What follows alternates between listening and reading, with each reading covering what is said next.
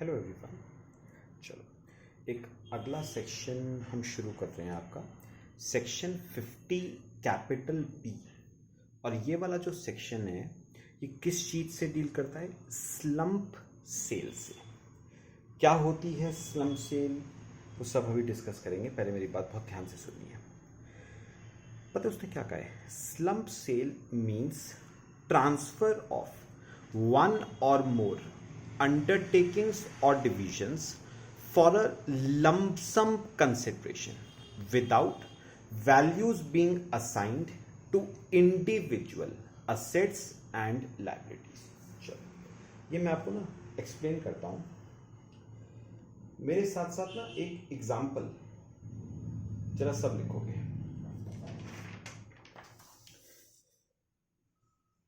मेरे साथ साथ एक एग्जाम्पल लिखना।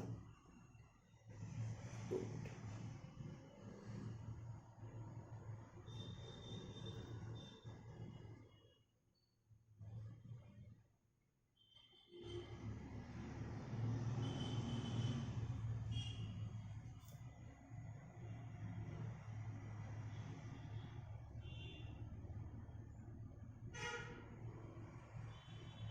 चलो एक एग्जाम्पल करेंगे, ठीक है? बहुत ध्यान से देखना क्या होती है ये स्लम्प सेल।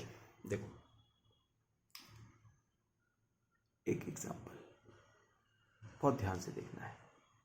देखो अच्छा, अज्यूम करते हैं केस एक पर्सन है मिस्टर ए। वो ना प्रोप्राइटर है, ठीक है? क्या है वो? प्रोप्राइटर। अच्छा, मिस्टर ए की ना दो यूनिट्स हैं, आप कह लो दो अंडरटेकिंग्स हैं उसकी दो अंडरटेकिंग्स है। उसे मैं नाम दे रहा हूं यूनिट 1 और उसकी एक है यूनिट 2, ठीक है? दो अंडरटेकिंग्स हैं, ठीक है? अब हुआ क्या, उसकी जो ये यूनिट 2 थी ना, ये तो प्रॉफिट मेकिंग यूनिट है, प्रॉफिट कमाती है। लेकिन जो उसकी यूनिट 1 है ना, वो एक लॉस बनाने वाली यूनिट है, ठीक है? तो अब वो क्या चाहता है? वो अपनी यूनिट 1 की मार्केट में क्या करना चाहता है? सेल। वो अपनी यूनिट 1 को बेचना चाहता है, ठीक है? तो ठीक है, एग्जांपल लेते हैं। उसने क्या करा? उसने अपनी यूनिट 1 उसने क्या कर दी? सेल। मिस्टर ए ने अपनी यूनिट 1 क्या कर दी? बताओ। सेल करी है। कौन सी डेट को? 1 अप्रैल 19 को उसने अपनी यूनिट 1 क्या कर दी? सेल। अच्छा, और दोनों के बीच में जिसको बेची थी उसके साथ लमसम कंसिडरेशन तय हुआ 25 लाख रुपए का। लमसम कंसिडरेशन क्या हुआ? तय। बताओ, यहां तक क्लियर हुआ? अब पता है क्या? अच्छा ध्यान से सुनना मेरी बात। मिस्टर ए अपनी यूनिट 1 मिस्टर बी को बेच रहा है। याद है मैंने आपको पहले भी कहा है कि आप जब यूनिट किसी भी बिजनेस की अगर आप सेल करते हो ना, बिजनेस की अगर आप सेल करते हो तो बिजनेस की सेल करने का क्या मतलब होता है? आपने उस बिजनेस के सारे असेट्स भी बेच दिए और आपने उसकी सारी बिजनेस की लायबिलिटीज भी क्या कर दी? ट्रांसफर। इसका मतलब यूनिट 1 ने अपने सारे असेट्स भी ट्रांसफर कर दिए, यूनिट 1 ने अपनी सारी लायबिलिटीज भी ट्रांसफर कर दी for a consideration of ₹25 lakh, ठीक है? अब सुनो, अब मैं आपको ना थोड़ा सा एक बैलेंस शीट बना के बताता हूं यूनिट 1 की। सिंपल सी बनाऊंगा, बहुत ज्यादा वैसे नहीं। बैलेंस शीट बनाना मेरे साथ साथ। लिखो बैलेंस शीट, यूनिट 1 की बैलेंस शीट है। देखो पता है यूनिट 1 की जो बैलेंस शीट है ना, उसमें बिल्डिंग स्टैंड कर रही है 12 लाख की, बिल्डिंग स्टैंड कर रही है 12 लाख की, मशीनरी स्टैंड कर रही है 3 लाख की, डेटर स्टैंड कर रहे हैं 1 लाख के, और कुछ अदर असेट्स भी स्टैंड कर रहे हैं 1.5 लाख के। तो टोटल है 17.5 लाख। टोटल है आपका 17.5 लाख, ये असेट साइड का। अच्छा, लायबिलिटी साइड की अगर बात करी जाए तो लायबिलिटी साइड में क्रेडिटर्स हैं 37,500 के, बैंक लोन है 1,40,000 का, रीवैल्यूएशन रिजर्व है 3 लाख का, और जो बचा ना वो कैपिटल है। कितना बचा चला करना, 17,50,000 minus 37,500 minus 1,40,000 minus 3 lakh, 17,50,000 minus 12,72,500, ये कैपिटल हो गई। ठीक है, टोटल आ गया 17.5 लाख। ये आपकी बैलेंस शीट हो गई यूनिट 1 की। अब मेरी बात सुनो, मैंने आपको क्या कहा, मिस्टर ए ने अपनी यूनिट 1, ये पूरी यूनिट मिस्टर बी को क्या कर दी, सेल, और टोटल कंसिडरेशन जो तय हुआ वो तय हुआ 25 लाख रुपए। पता है, एक बात याद रखना, जब यूनिट बिकती है ना या कोई बिजनेस बिकता है तो बिजनेस के सारे असेट्स भी बिकते हैं और बिजनेस की जो आउटसाइड लायबिलिटीज होती हैं ना वो भी ट्रांसफर होती हैं। आउटसाइड लायबिलिटीज मतलब बाहर वालों का पैसा, जैसे लोन और क्रेडिटर्स। तो जब बिजनेस ट्रांसफर होगा तो असेट्स भी ट्रांसफर होंगे, और असेट्स की सारी और बिजनेस की सारी आउटसाइड लायबिलिटीज भी क्या होंगी, ट्रांसफर। ठीक है, अब ना दिस इज नोन एज, इसे हम बताओ यहां पर हम क्या नाम दे रहे हैं, इसे हम नाम देते हैं स्लम्प सेल। स्लम्प सेल का मतलब when a unit or an undertaking is transferred for a lump sum consideration, तो उसे हम क्या कहते हैं, स्लम्प सेल। अब पता है, सुनो ध्यान से, अब पता है मैं आपको ना कुछ एडजस्टमेंट्स भी लिखवा रहा हूं, उन्हें सॉल्व करेंगे इसी बैलेंस शीट के नीचे ना। एक काम करो, कुछ एडजस्टमेंट्स भी लिखो। जैसे पहली लिखो, revaluation reserve was created by upward revaluation of building। पहला point, revaluation reserve was created by upward revaluation of building। फिर other assets included patents of ₹50,000 purchased on 1st July 17 for ₹50,000, on which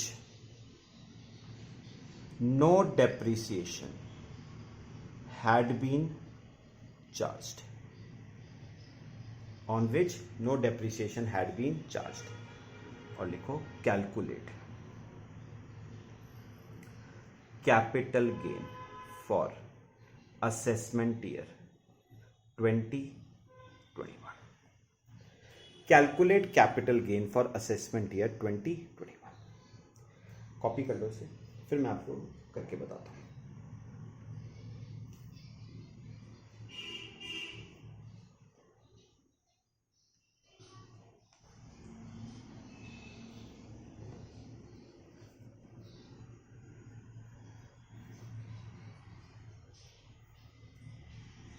चलो कर लिया सबने copy. चलो एक काम करते हैं, अब हम इसका सॉल्यूशन करेंगे, जरा देखना, मेरे को बताओ उसने क्या कहा। सेक्शन 50 भी कहता है अगर आपने अपनी कोई यूनिट या अंडरटेकिंग या डिवीजन बेची फॉर अ लमसम कंसिडरेशन तो आपके हैंड्स में कैपिटल गेन अराइज करेगा अंडर सेक्शन 50 बी। चलो बनाओ स्टेटमेंट शोइंग कैपिटल गेन्स। कौन से ईयर में? प्रीवियस ईयर 1920 में क्या अराइज करेगा? कैपिटल गेन, जिस साल में बेचा है। ध्यान से सुनना, सबसे पहले क्या आता है? Full value of consideration. मुझे बताओ आपने ये डिवीजन कितने की बेची? 25 लाख रुपए की बेची, तो वो तो आ गया full value of consideration minus. अब ध्यान से सुनना, कुछ बातें करूंगा आपसे। यहां पर आओ, नोट्स पे आओ अपने साथ साथ, नोट्स देखो। बी पॉइंट पढ़ना, period of holding of that division और undertaking up to 36 months short term, more than 36 months long term.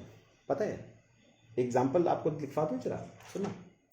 अपने क्वेश्चन पे आना, जो बैलेंस शीट थी, मान के चलते हैं मिस्टर ए ने ये यूनिट 1 कमेंस शुरू, पता है कब करी थी?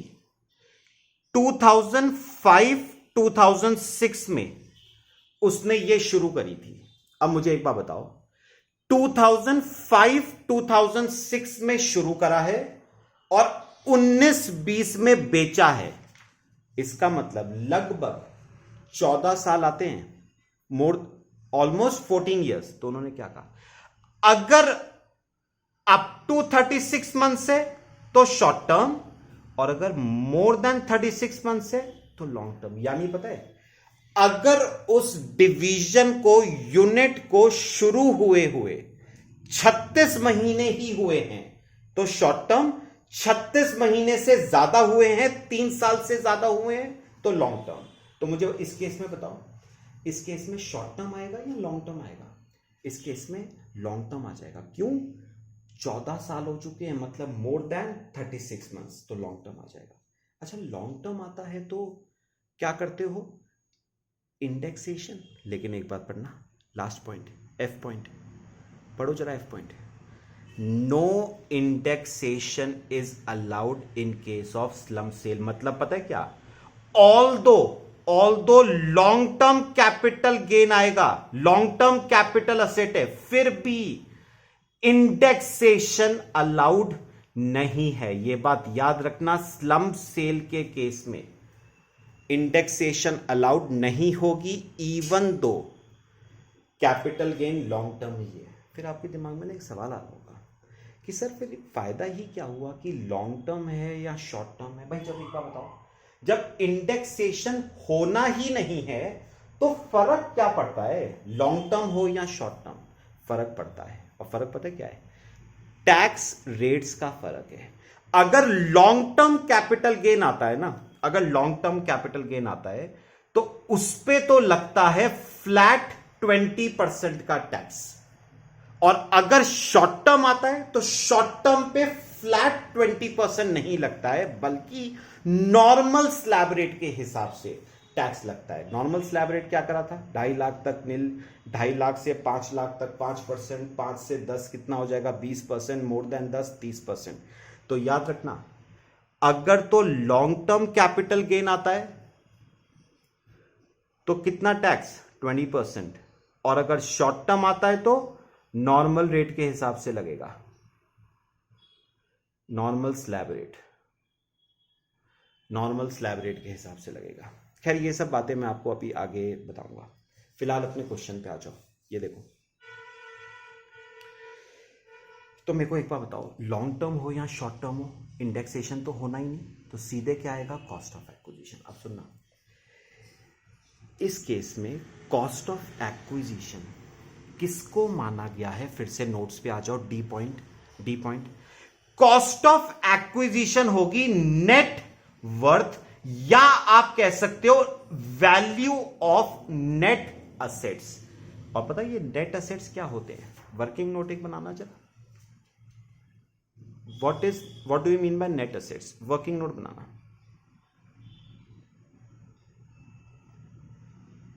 Net assets.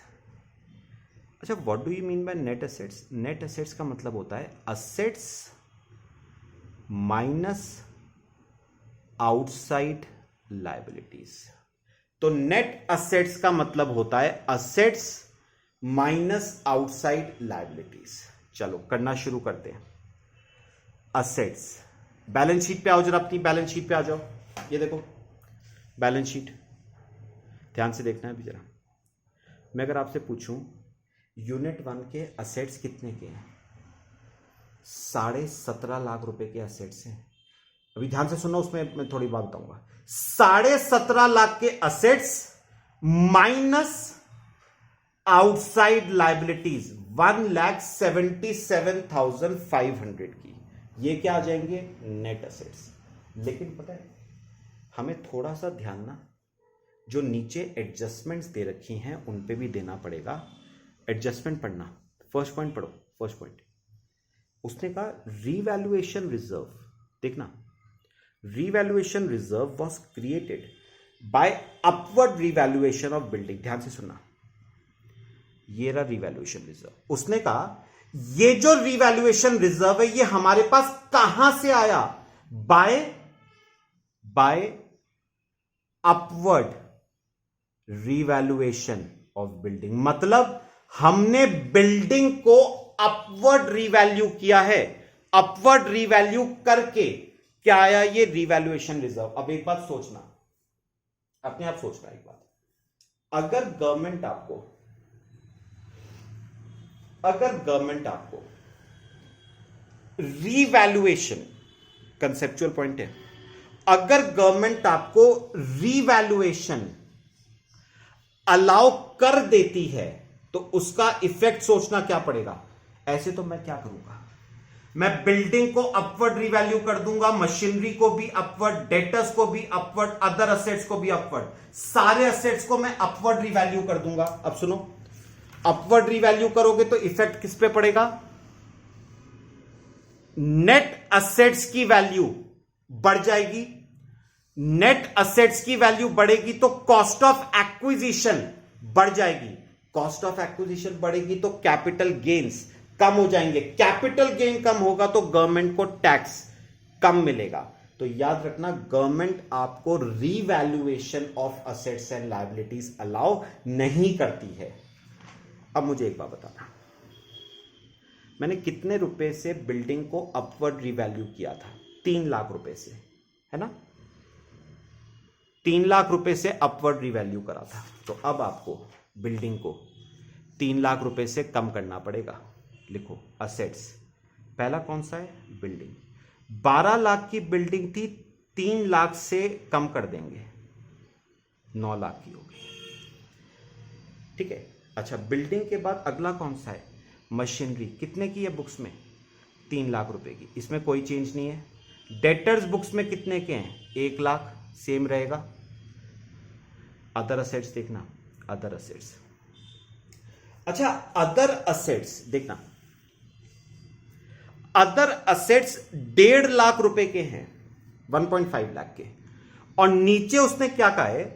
Other assets included patents of 50,000। पहले मेरी बात सुनो, उसने कहा अदर असेट्स 1.5 लाख रुपए के हैं, उसमें 50,000 का पेटेंट इंक्लूडेड है। तो पहले एक काम करो, उसमें से पेटेंट हटा दो, पेटेंट का ट्रीटमेंट अलग से करेंगे। लो, अदर असेट्स बच गए 1 लाख के, पेटेंट का ट्रीटमेंट अब करते हैं। पेटेंट कितने के पेटेंट्स थे? 50,000 के। अब देखना, फिर से आ जाओ उस एग्जांपल पे। देखो देखो, उसने क्या कहा?